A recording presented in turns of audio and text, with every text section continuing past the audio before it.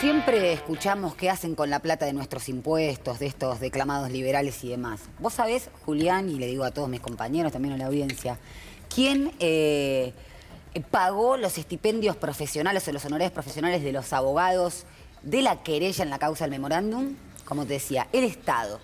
La FIP. Sí.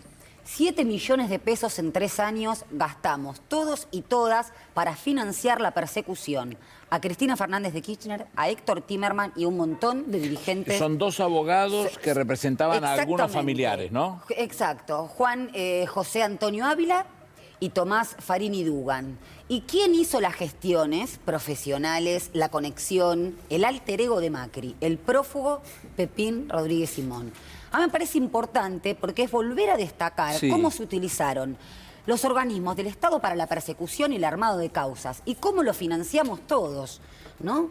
Esto es importantísimo porque hablan justamente los empresarios que vienen a hacer política por fuera de la política y utilizan el Estado para destruir, lo decía, para destruir a los opositores políticos y, por supuesto, para imponer una lógica de la acumulación propia de este tipo de gente. Entonces yo creo que hay que también recapitular las palabras de Cristina cuando habló del beneficio inventario, porque directamente habla de la historicidad, ¿no? Este proyecto político, como no tiene contenido, o el contenido ya fue experimental y ya lo vimos, el sobreendeudamiento, los tarifazos, el aumento en la estructura de costos de las empresas, la no apuesta o la apuesta a una economía especulativa, colonial que articula, ¿no? El complejo agroexportador articulando con las grandes empresas extranjeras. Digo, si nosotros podemos otorgarle otra vez este beneficio inventario, como había dicho Cristina también en el alegato del memorándum, si no vemos lo que nos sucedió y no ponerlo en futuro, vamos a volver a reeditar y repetir.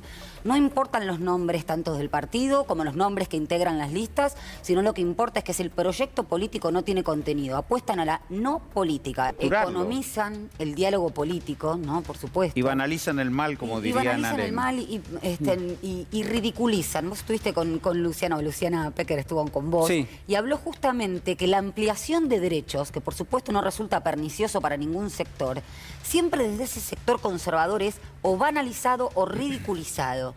Entonces, yo creo que también el odio es una forma de cohesionar al descontento, ¿no? Que es mucho más fácil, que corre como reguero de pólvora, distinto a la construcción política. Por eso digo que apuestan a la... O sea, su proyecto político es la no política. Pero a ver, no solo rompieron su contrato electoral, no cumplieron, sino que pensaba en Vidal, por ejemplo. No sé si recuerdan cuando explotó la escuela en Moreno. Ella echó la culpa al intendente, fue absolutamente cínica, porque salió ese día un acto a hablar. Obviamente que pidiendo perdón no tiene responsabilidad por sus actos de gobierno. Habló de las universidades en la misma sintonía que Mauricio Macri.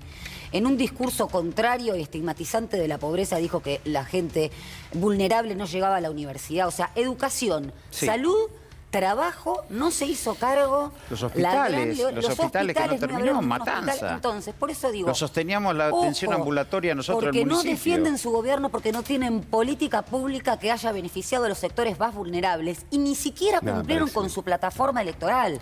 Entonces, ¿qué futuro van a vender? Digo, hay que ver el plan continental. Hablamos en varias oportunidades en el programa acerca del plan Cóndor 2, o bien utilizando el lawfare como instrumento, ¿no? Utilizando la deuda también, el endeudamiento, pero también la complicidad existente entre los gobiernos en ese momento, ¿no? De Mauricio Macri, o en Ecuador, o Brasil, ¿no? De los gobiernos de ultraderecha, para voltear a los gobiernos nacionales y populares como el de Evo Morales. Y por supuesto con la finalidad económica que habíamos mencionado la vez pasada.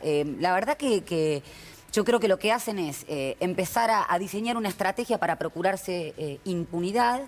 Ellos siempre son de negar. Cuando no pueden negar, habla de la adulteración de documentos. Cuando no pueden dar cuenta de la adulteración de documentos, designan abogados. Bueno, hasta que procuran su propia impunidad. Entonces yo digo, no, la diferencia entre los hechos y la gestión, porque la campaña, tanto respecto de Golán como en relación a Victoria Tolosa Paz, estuvieron a cargo de carteras ministeriales, o están a cargo de carteras ministeriales y lugares que son centrales para paliar los efectos de la pandemia, que quieren e insisten desde la oposición homologar o con el terrorismo de Estado. Eso es realmente siniestro y eso da cuenta de que, por supuesto, no tienen gestión para mostrar. Tanto la salud como la educación y el trabajo estaban en emergencia cuando vino la pandemia. En emergencia por una ley del 13 de diciembre del 2019. Emergencia que en materia de salud se tuvo que ampliar. Y o sea, no solo que partimos desde cero, partimos desde menos 20. Y esta gente que está encabezando las listas se hizo cargo de esa situación en momentos absolutamente graves, con un estado deteriorado, socavado, y ahora quieren venir a decirnos cómo hacer las cosas. Bueno,